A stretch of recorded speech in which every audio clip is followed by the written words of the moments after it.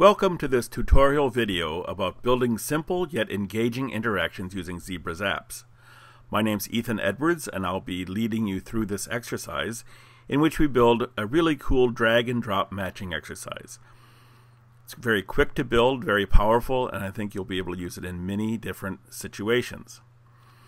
Now before we begin, so here's a quick demo of what we're going to build. You have dots that you can drag to match to the corresponding item. So here are 5 authors, and you need to match which book they've written. And if you get it wrong, it goes back, and when all 5 are correctly matched, you get a congratulations message. There are some associated files that you should download and make sure they are available so we can build our piece. Pause this video if you have to, and when you're ready, continue on. So first off, we want to create our file. We'll call it matching interaction, and we will save the standard 800 by 500 and no template and create a new file. Now after it's saved, we want to go to our asset library and import, and in your matching folder you should select all the files that are there and choose import or open, and they will be populated in your asset library. And the first thing we want to do is just grab the background, and we'll move that to our stage. You can position it, use the arrow keys to get it right to cover the entire stage. And when we're finished, lock it. Click that icon in the upper right of the message center so we won't ever have to change that again. Now create a text object at the top of the screen and type in our instruction. So drag each dot to the circles to connect the author to the novels she wrote. Make the text bigger.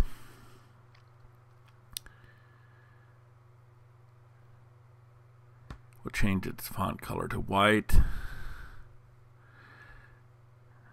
Give it a shadow to make it stand up a little bit. And we'll make it bold, maybe. There we go. That looks good. And we can also lock that text object once we get it positioned in a place we want.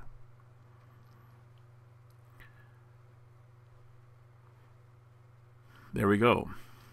Now we can start building our interactivity. So let's grab the asset of Austen, of Jane Austen. There's her photo, her image, and we want to then, below her, draw a circle, the dot that's going to be draggable.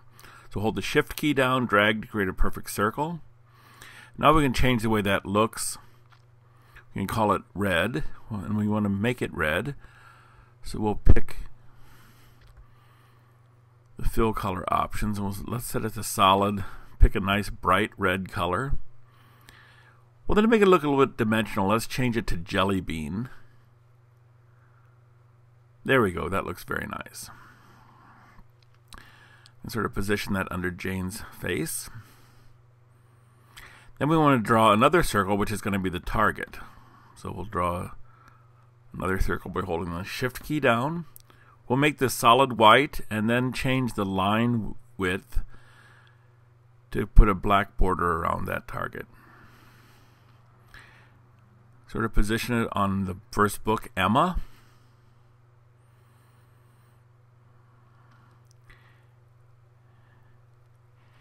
And let's label it so we know what it is. It's the red target. And now we just want to create a drag and drop relationship between the red dot and the white circle.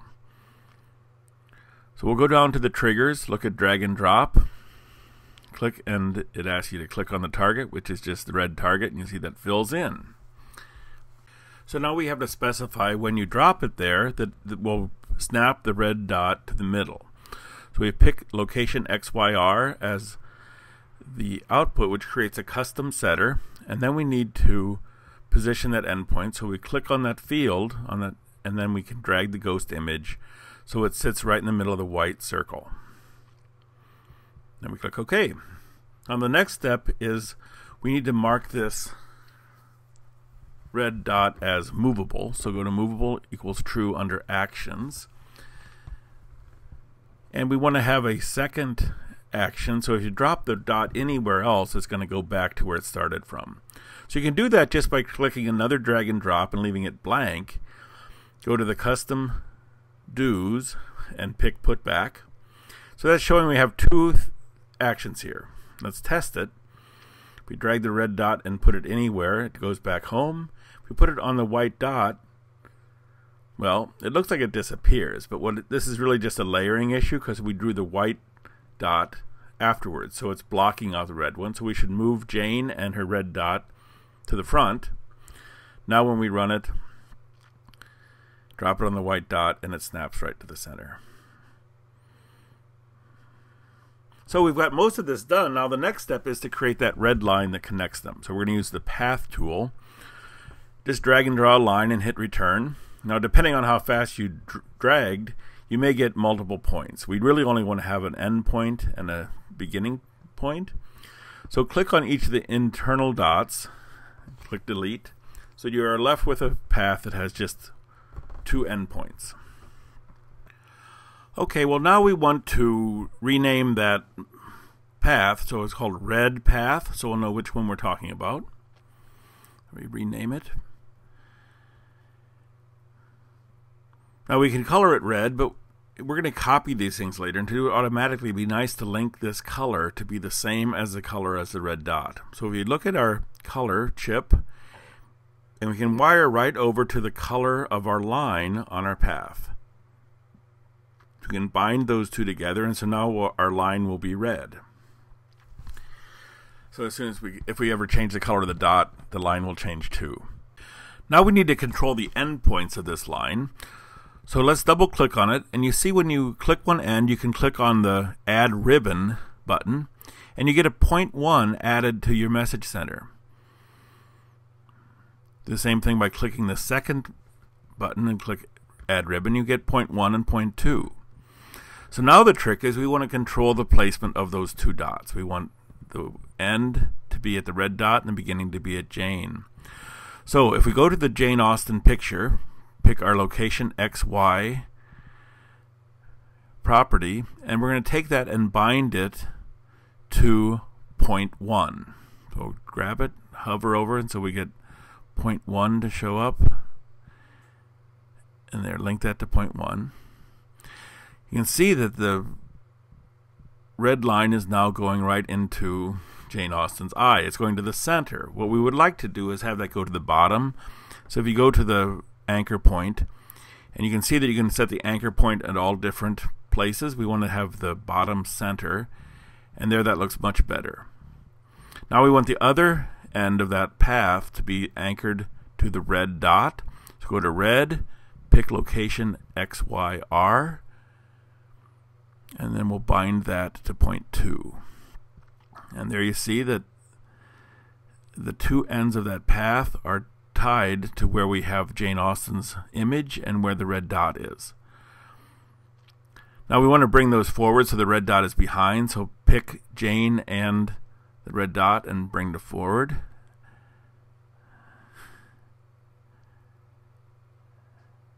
And now when we drag it, that line sticks with our dot. When we release it, it goes back. When we drop it on the target, it stays there. Okay, well, we've got a pretty slick interaction going here. Now we want to do some enhancements, and then we'll start copying to work out the rest of the thing. Now, one thing we might want to do is we need to check when learners have this right.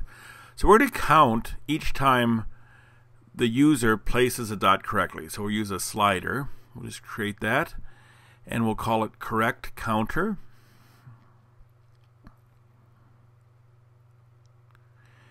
And counters are a really easy way to keep track of a number of things happening.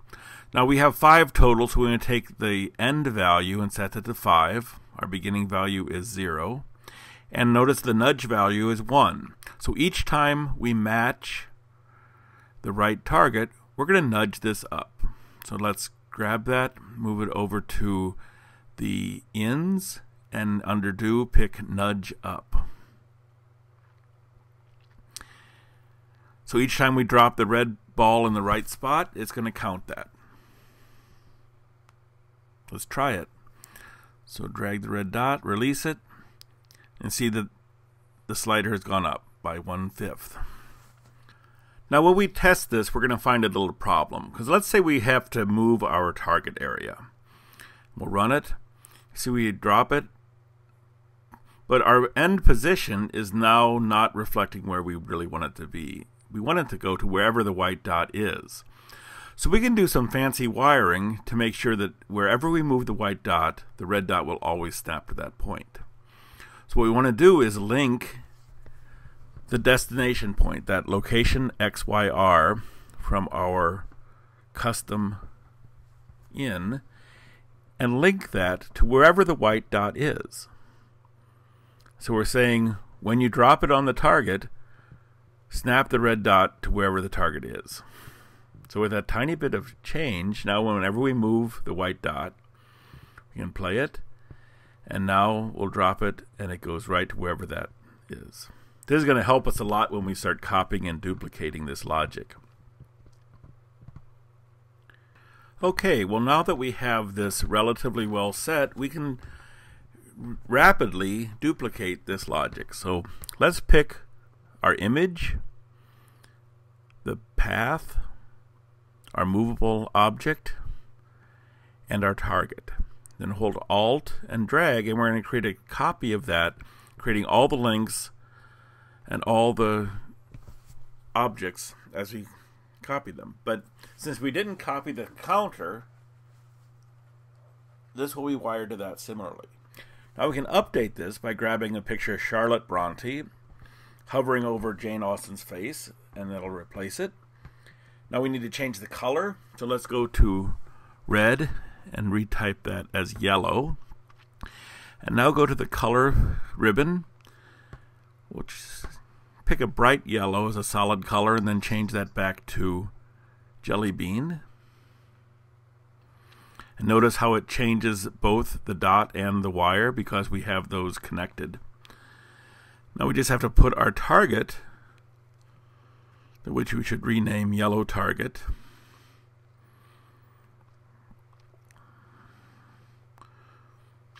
move it over so it is on Jane Eyre.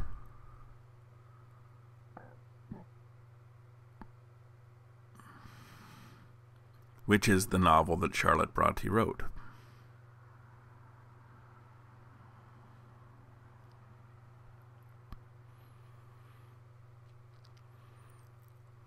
Go ahead and try this. We want to bring those up to the front because they need to be in front of our white target. So bring to front, bring our pictures and our dots. Run.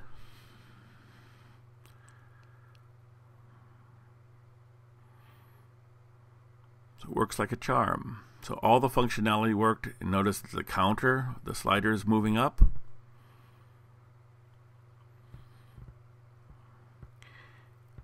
And so you'll be able to copy that to create the last three authors. Now you may want to build it from scratch if you're new to this, because I think it's good practice. Otherwise, try copying and pasting the logic to create it for all 5 books. Now you should have a piece that's looking like you see here. There's a few things you want to do to make sure that you've got it all set up just to make it work better. One thing is you want to make sure that you renamed all your message centers. By copying and pasting, it can get confusing if you don't do that housekeeping. So just have changed the color labels.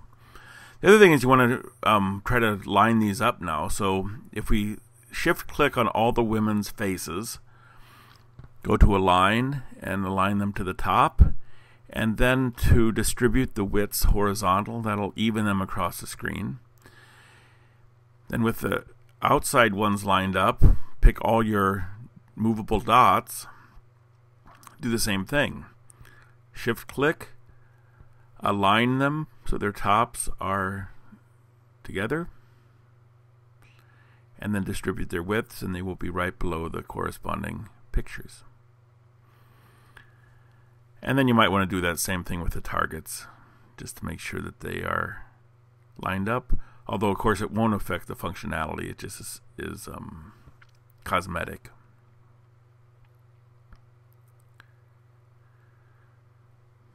Move them down a bit.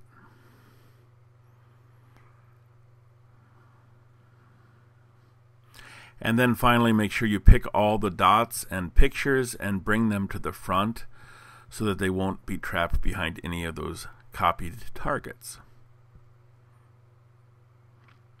And now you can see as you drag, all the things work.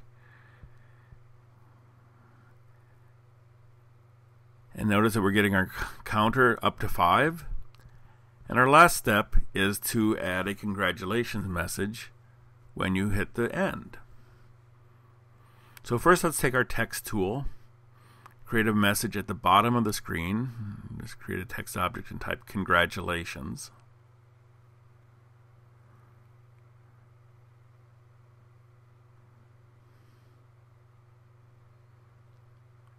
And once it's typed, drag its margin so it goes from edge of the screen to the other edge of the screen.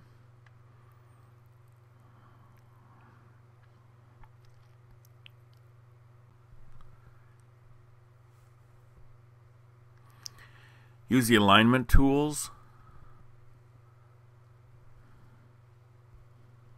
to center it. Increase the text size.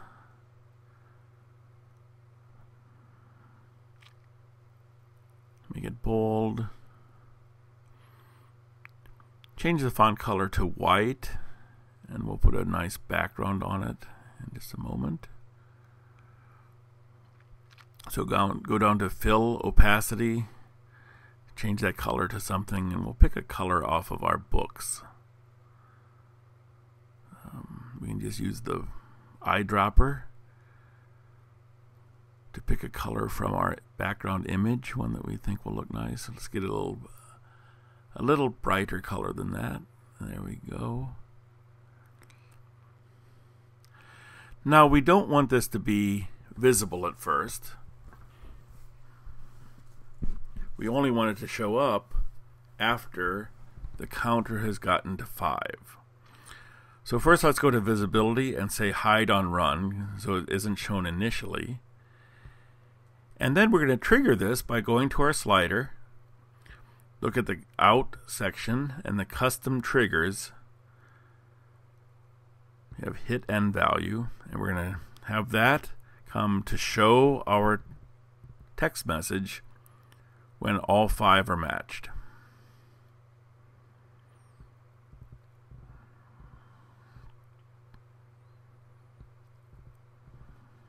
Try that.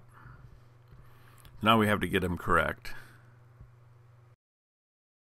Here's our 5th one, and bam, we get our congratulations message.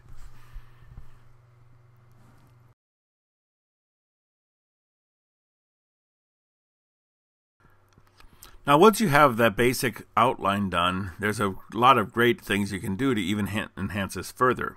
Here's a version where you actually can get them wrong.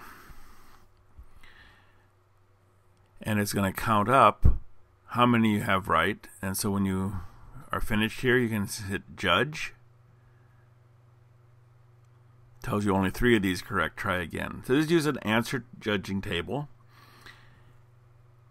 But you also have to allow each one of these to match all the other target areas, and then have a reset button that sends everything back to the original.